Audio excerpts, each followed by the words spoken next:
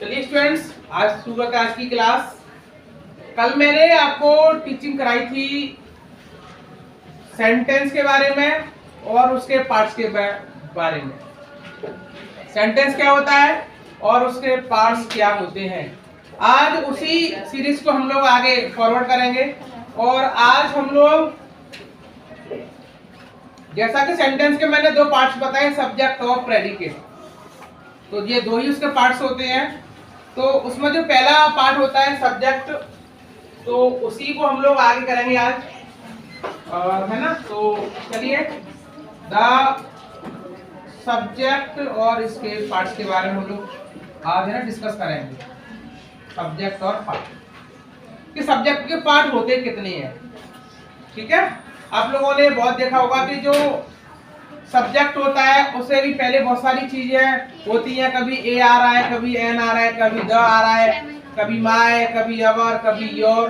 तो एक्चुअल में इनकी पोजीशन होती क्या है, तो उसी के लिए आज हम आपको बताएंगे कि उनकी पोजीशन होती क्या है। तो गाइस, सब्जेक्ट के जो पार्ट होते हैं वो ये भी टू पार्ट में होता है। पहला होता है हमारा हेडवर्ड, और सेकंड जो होता है क्वालिफायर। क्या होता है वो होता है हमारा क्वालिफायर। तो सब्जेक्ट के भी टू पार्ट्स होते हैं, पहला हुआ हेडवर्ड और दूसरा हुआ क्वालिफायर। चलिए एक एग्जांपल के थ्रू दोनों को समझते हैं कि हेडवर्ड क्या होता है और क्वालिफायर क्या होता है। फॉर एग्जांपल मैंने दिया the girl is dancing. The girl is dancing. एक लड़की है वो नाच रही है। तो पहले समझिए हेडवर्ड होता क्या है। हेडवर्ड किसी सेंटेंस में मुख्य सब्जेक्ट होता है जिसके ऊपर वो सेंटेंस पूरा डिपेंड होता है। फॉर एग्जांपल अगर हम इस सेंटेंस में बात करें तो हु इज डांसिंग, तो सिंपल आंसर गर्ल। तो क्या होगी इसमें गर्ल। तो हमारी जो गर्ल है ना, गर्ल, यही हमारा हेडवर्ड है। क्या है ये हमारा हेडवर्ड है। ओके।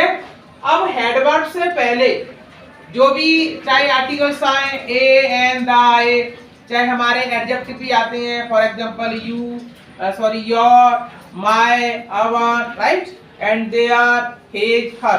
तो इट मींस हेडवर्ड से पहले जो उसकी को क्वालिफाई करते हैं वही हमारा क्वालिफायर होता है। फॉर एग्जांपल यहाँ पर हेड वर्ड से पहले यानी कि गर्ल से पहले दा लगा है और ये दा ही हमारा क्वालिफायर होगा।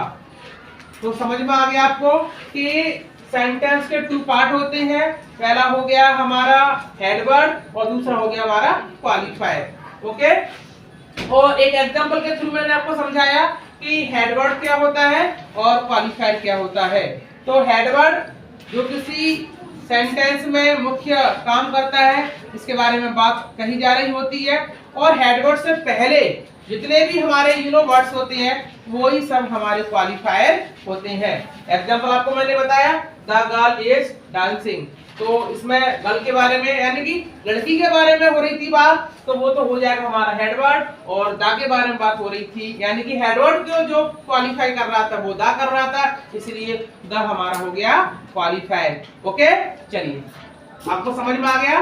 चलिए एक और एग्जांपल से आपको मैं बताता हूँ कि हेडवर्ड और क्वालिफायर कितना क्या होता है। जैसे मैंने बोला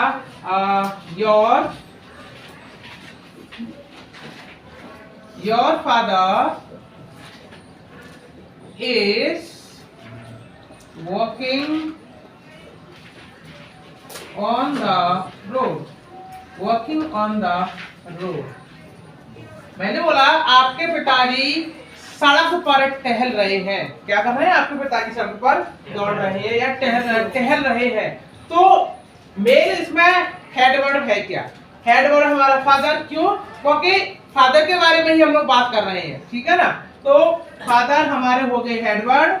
क्या हो गया हमारा फादर हो गया हमारा हेडवर्ड। और हेडवर्ड को जो क्वालिफाई कर रहा है ना वो कर रहा है योर, इसलिए योर हो गया हमारा क्वालिफायर। ओके। और जो भी मैंने बताया था कि जो भी सब्जेक्ट के बाद हमारा पार्ट्स बचता है वो हमारा होता है प्रेडिकेट।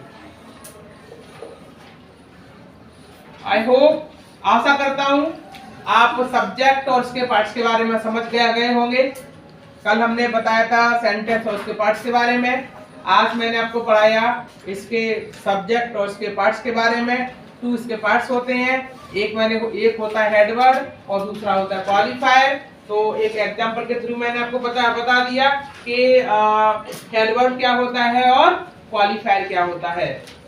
सिर्फ आज के लिए सिर्फ इतना ही। कल मैं आपको बताऊंगा कि जो सब्जेक्ट होता है ना हमारा, कितने तरीके से कितने रूप में काम करता है। तो गाइस, कल की क्लास बहुत ही जबरदस्त होने वाली है, इसलिए आप कल एक और वीडियो अपलोड होगी, उस वीडियो को जरूर देखना। तब तक के लिए सेफ रहिए। जय हिंद, जय भारत।